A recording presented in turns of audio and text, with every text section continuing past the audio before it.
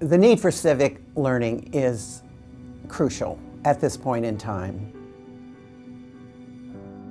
We are living in a time right now where for our democracy and for civic education in general, there are a lot of challenges.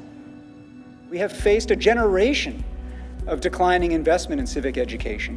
When you now have a high school diploma of 24 credits, that's 6 classes for 2 semesters for 4 years of high school, and only a half a credit is required of civics, and even that half a credit can be embedded in something else. You see very quickly how we might end up with a society of students who can factor quadratic equations but can't tell you the 3 branches of government. That's a tragedy to me. There are all kinds of polls. Everyone's heard about how only a third of Americans can identify the 3 branches of government. If you don't even know where the 3 branches of government are, you don't have a clue how to go about dealing with the problem you're experiencing. I think this is a bipartisan failure over the course of a generation to sustain the health of the body politic. Too many people in our society, in Washington, young people, students, don't know how our government works and don't know when they're faced with a problem what to do about it.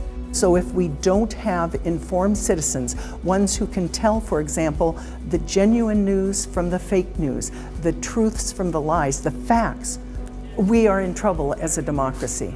If we can train our students in a way to engage in civil discourse and actually to facilitate conversations within the class, having them highlight the importance of civility in everything that they do is really important. It is about respectful discourse. How we disagree matters, and we have to give the next generation those tools to be able to do it well, because I think they're going to take us in places we can't imagine right now. I think the time is ripe for looking at what we can do at the state level to support our students. The Civic Learning Initiative the goals basically, bottom line, are to make sure that every young person in our state gets the knowledge, the skills, and the ability and opportunity to engage with government. The research is clear that civic learning opportunities are not as available for young people from minority groups, from low-income schools, in rural areas.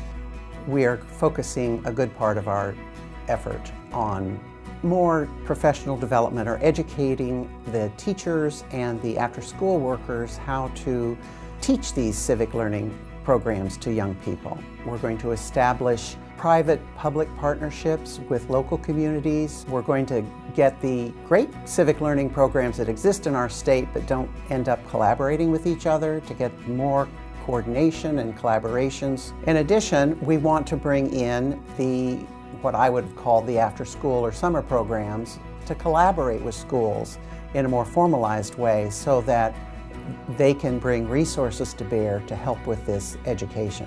We're also looking to develop the iCivics Washington website. iCivics is an online curriculum started by Sandra Day O'Connor.